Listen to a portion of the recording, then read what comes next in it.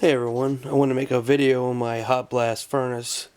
There seems to be a lot of questions here on YouTube, a lot of people's videos, and not explaining what the purpose of the barometric damper and everything else is. So I want to show you kind of what I did with mine, how I made mine kind of automatic. Guess we'll first start out. This is the hot blast. Mine's a 1557M. It was purchased at Tractor Supply. That's mostly where they carry these units from. Seems like everybody that's bought one on YouTube or has a video on YouTube that's bought one has come from Tractor Supply. But without going into too much detail, most of you know how these work. They have dual fans, and then it's raised out through two 8-inch ductwork where your hot air is being forced out. Mine, I have pretty heavy duty ductwork up there at the top, and that runs out to all my floor registers, as well as a return that I made. I basically have two 14 by 14 return air vents upstairs with filters. Comes down this trunk line here. Then I made this custom box for the back that surrounds the two fans. Let me get over here to the barometric damper. So there's a lot of question with these dampers of what's the purpose of them, and do I need one with mine? The manufacturer recommends with the hot blast furnace that you put a barometric damper in when you're burning coal. And the reason that is because coal, once it's burning, is very uncontrollable. So what the purpose of the barometric damper is doing for you is basically regulating the draft on your flue. If you have a chimney that has a really good draft to it, you're basically going to keep sucking air through the furnace no matter how much you tone those dampers down on the front. You're still going to get a good draft through there, enough to keep things burning pretty good. And what this is going to do for you is basically by adjusting this knob here and sliding this up or down is going to regulate how well this opens and closes. Now, it took me probably a good 4 or 5 months to really get this thing adjusted properly from my setup. Just because wind's a factor, you don't want to be calibrating this on a windy day because it's going to want to be opening and closing a lot, especially on a light setting.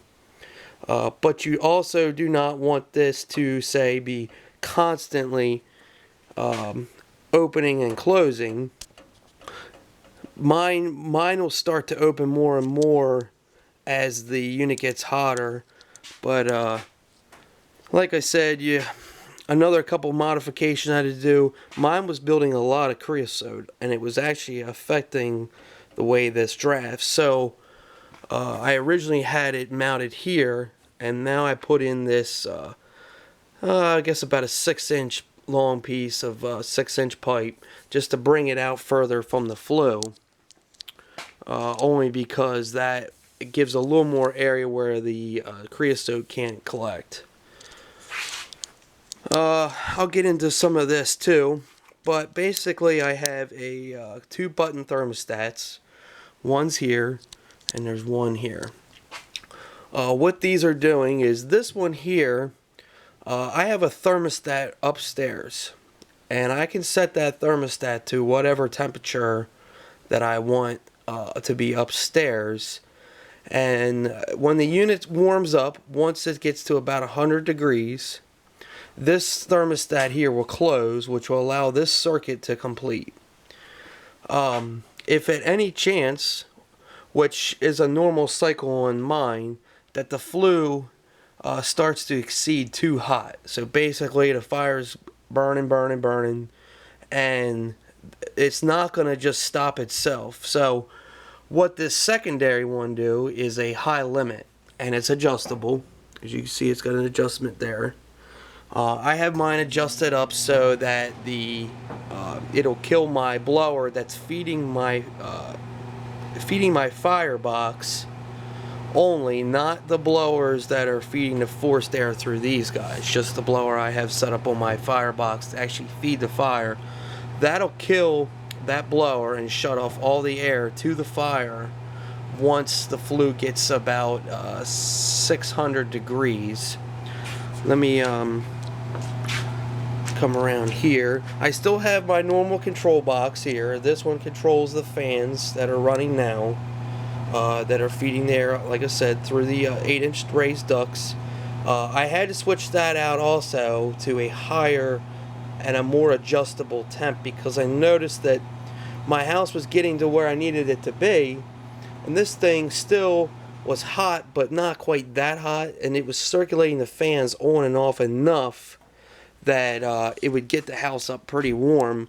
So I have that adjusted to about 130 degree. The normal one that comes with this unit is preset at about 120 degree. 110, 120 degree air temperature kicks those blowers on and off.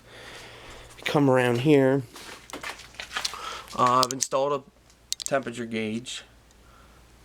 At idle, I usually run anywhere between 250, 300 degrees. 300 degrees is more ideal, less creosote buildup. But here's my blower setup. What I have here is, I'm not 100% sure how many CFM this fan is, but what this is doing, and the reason the tape is on there is to help kind of slow that draft up a little bit that this is pulling through, because it was actually feeding too much air. But this blower is fed into a throttle body from a car, and this throttle body is going straight into my bottom where your adjustment piece is down here to regulate your air for the bottom door. And then on the side here you still have the normal throttle cable area where the throttle cable would have hooked to, and instead, let me come around, I have a solenoid on mine.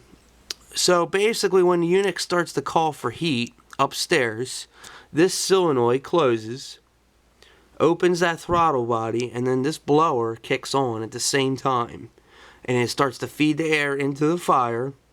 And then once that either the high limit switch or upstairs has reached the temperature I want, which I have mine set at 70 degrees, this will close and kill air completely off going into the fire. Now I also have this adjustment screw here, so I have mine open just a very little bit, just enough to keep the fire going. But I found out I was still getting a lot of air from somewhere. Well, that's when I came to the door. Your door, which you know has a high and low setting, high, medium, and low, it was getting air through this. So I took this whole cover plate off and packed it with high temperature insulation back there, and I didn't want any air whatsoever to be able to feed through any of these vents to get into that fire chamber. That way it regulates itself. Right now it was just kicked up a minute ago. It's setting at 350, just a little under 350. I'm hoping this thing kicks in so you can actually see it work.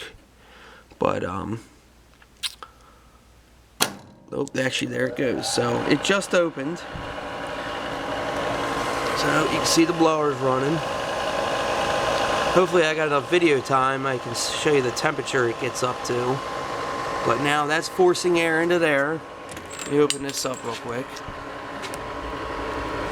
You can see that's starting to kick it up. I don't have a lot of wood in there at the moment, but so that fan is running. Come back around. That solenoid now is closed, and it's got the throttle body basically allowing air to pass through, which this blower is feeding.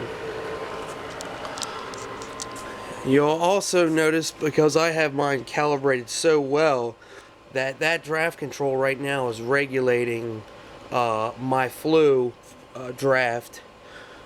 So once that shuts off, this draft will open up a little bit and then it'll stop. I'll probably have to